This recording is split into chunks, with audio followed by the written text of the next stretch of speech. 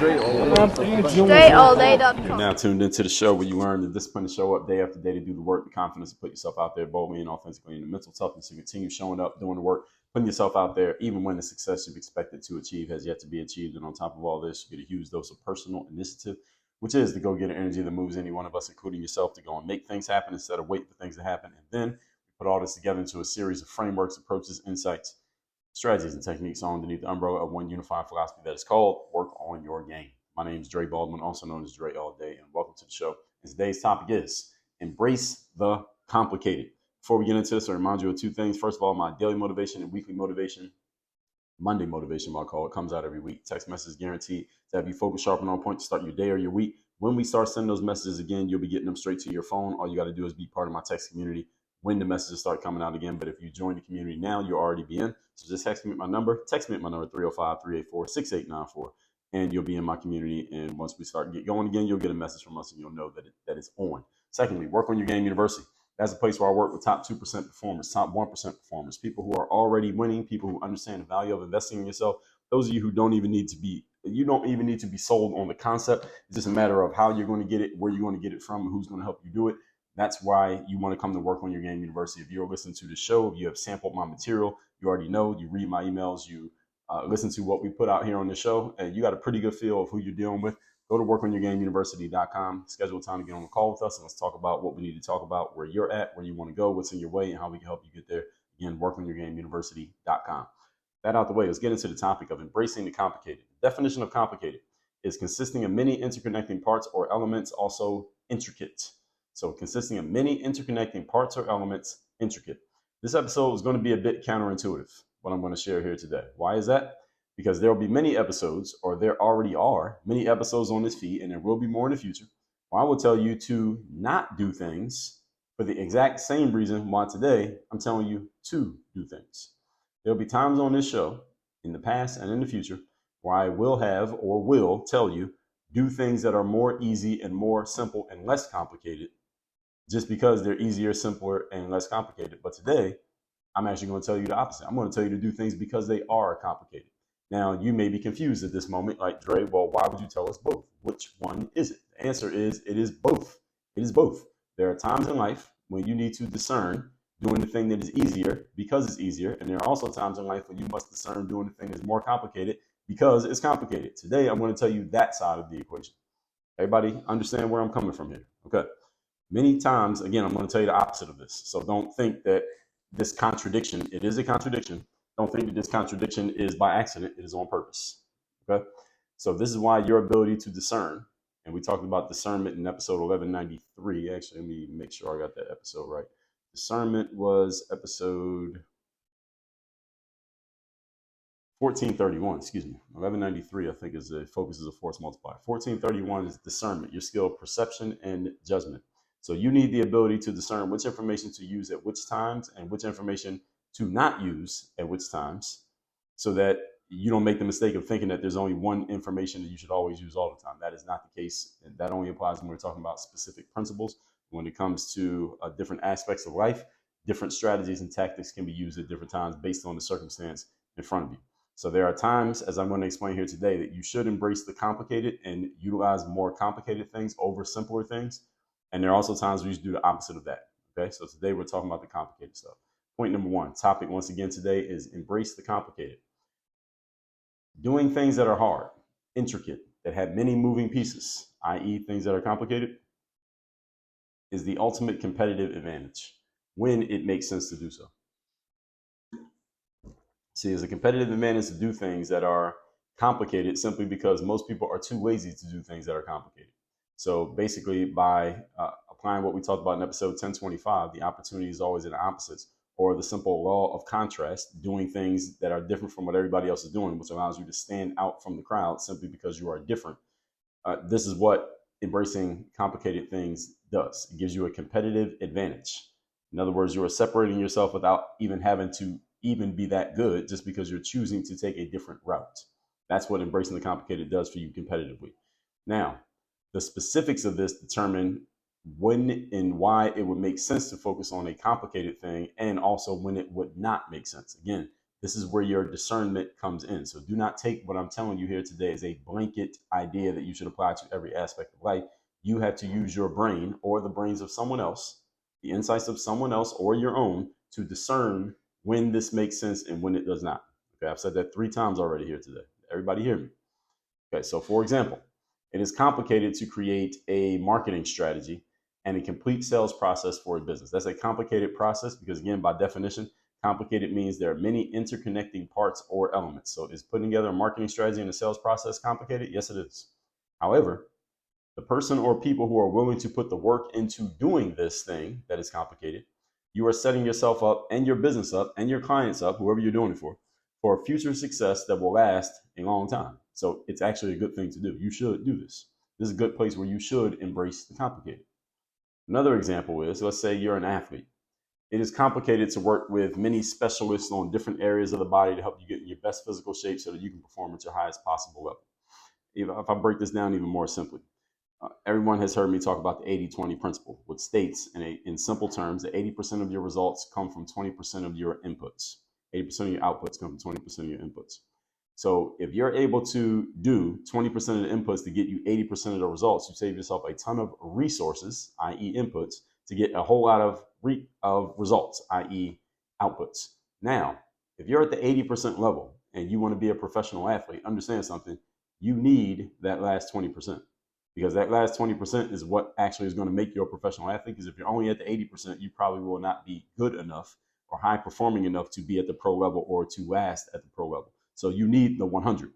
See, in many aspects of life, 20% inputs to get you 80% of the result is good enough, and that's good enough. You can move on to the next thing. But if you want to be at the top of the game in something, you want to be in the top 1% of the thing that you do, well, guess what? You can't have 80% of the results. You need 100% of the results. You need all of them, which means you had to put in the 80% of inputs that get you that final 20%. You need it if you're going to be a professional athlete. Now, why am I bringing it up here? I'm bringing it up here to help you understand that last 80% of inputs that get you only a 20% result, but you need it anyway, that's complicated. It's complicated to get that last piece. And guess what? That last piece, you can't get that from watching YouTube videos and reading blog posts. To get that, you got to hire yourself some trainers. You got to hire some specialists. You have to invest in your body. You got to get into the details, down into the nitty gritty, so to speak, of how you can get that last extra bit out of yourself. You talk to anyone who works with a professional athlete, and I'm using them as an example because this is an easy one for people to understand, that professional athletes are already in the top 1% of what they do. All right, because only 1% of people who play a sport ever get to play that sport at a professional level and get paid to do it. So for you if you were to do that, understand you have to get the whole 100. You can't get 80% and say you're good. 80% is like the level that I would put myself at like today. As an athlete, I don't play professional sports anymore. I did. When I was playing professional sports, I was doing a lot more than what I do today athletically. Today, I can use the 80-20 principle when it comes to my physical fitness because it's not my main focus. So I can be at the 80% level. I would consider myself, compared to a professional athlete, I'm about 80% right now. I'm not equal to a professional athlete today because I'm not doing the things that a professional athlete would do, which I can speak on because I know what they do because I did it. I'm not doing it anymore. I'm doing about a third of what I was doing back then. Probably even, we'll say about a third. We'll just call it. It's probably less than a third, as a matter of fact. The point being, you got to get that last 20% of output, and you got to put 80% in to get it. That's a complicated process. Is everybody getting the drift of where I'm coming from here? To get to your best physical shape, you got to get all of it. It'll be much simpler if you just went to the gym, did a bunch of lifts that you saw on YouTube or TikTok. And again, that can get you to the 80% level, but it can't get you above 80. So which one do you think leads to a longer career and your ability to compete against the highest level performance? The one that's more complicated. Moving on to point number 2. Today's topic, once again, is why you need to embrace the complicated. Number 2, most people only want to do stuff that is simple and seemingly easy. Again, seemingly easy.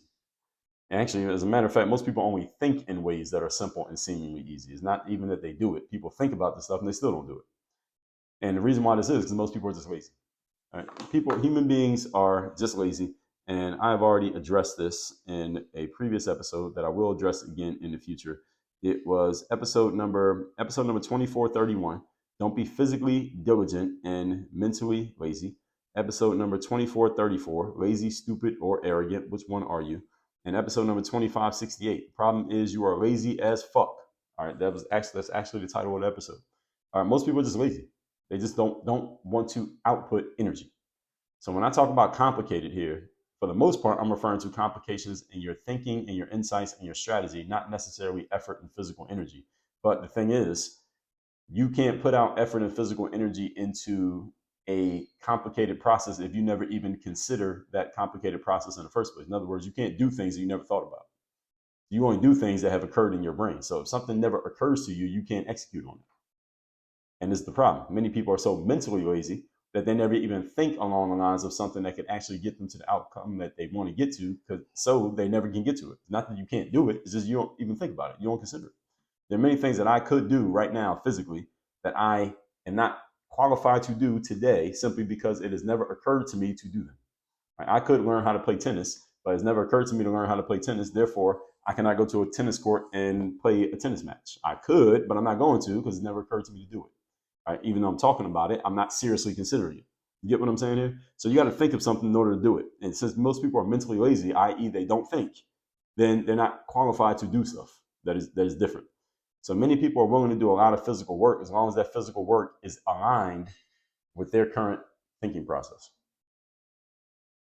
Many people work really hard physically on something that is aligned with the way that they choose to think. The problem is many people think in such shallow ways and in ways that are unproductive for your future success that your effort is not really taking you anywhere. I mean, it's making you tired, take you to bed, but it ain't going to take you where you want to go success-wise, career-wise, outcome-wise. Everybody getting me? See, it's a change in thinking that requires mental energy that many people are not willing to do. Many people just don't want to change the way that they think about things because people just get into a certain groove and a certain habit of the way they want to think about certain things in life and they don't want to change. It doesn't necessarily make you wrong, but you need to understand the trade-off of that is that you are going to be stuck in the spot that you're in. Or you can make marginal improvements, but not anything significant. This is what happens.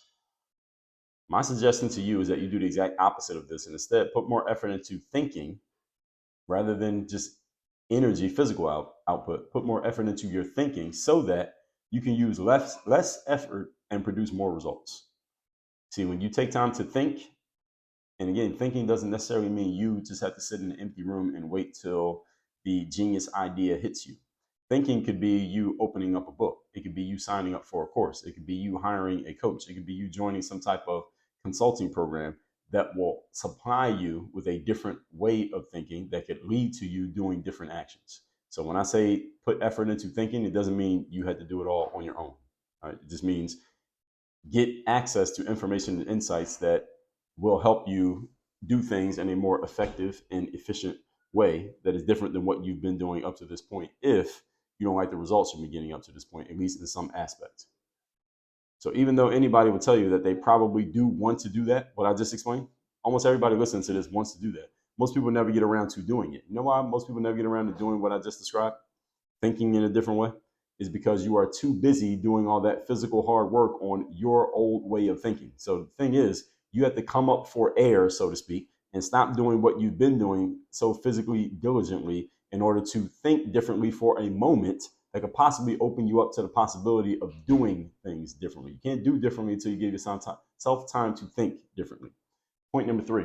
Today's topic, once again, is why you should embrace the complicated. Number 3. In episode number 2787, I talked about deepening your depth of knowledge, which if you're going to get to the top 1% in what you do, those are the people who I work with and I want to work with. If you're going to get there, understand that you have to have the depth of knowledge. You have to go deeper in what you're doing. That means getting past the 80%, going up to 81, 82, 83, and so forth. The deeper you go in knowledge of any specific subject, the more complicated the challenges will be that you can handle in that area, and the more problems you'll be able to diagnose and solve in that area. All right, so this is why the depth of knowledge matters, because it separates you, again, from people who've only gone so far. The deeper you go, also the more you separate yourself, as I just said, from people who only have a surface level amount of knowledge. You can develop a good surface level knowledge on pretty much anything by applying the 80-20 principle. But now if you want to be a deep expert, like a super duper expert and go above most people, even those who have done the 80-20 approach, you got to go deeper. Meaning you got to spend 80% of the resources to get 20% of the results. So understand mathematically you can't do this in every aspect of life. You have to pick and choose where you want to do this. You can't do it everywhere.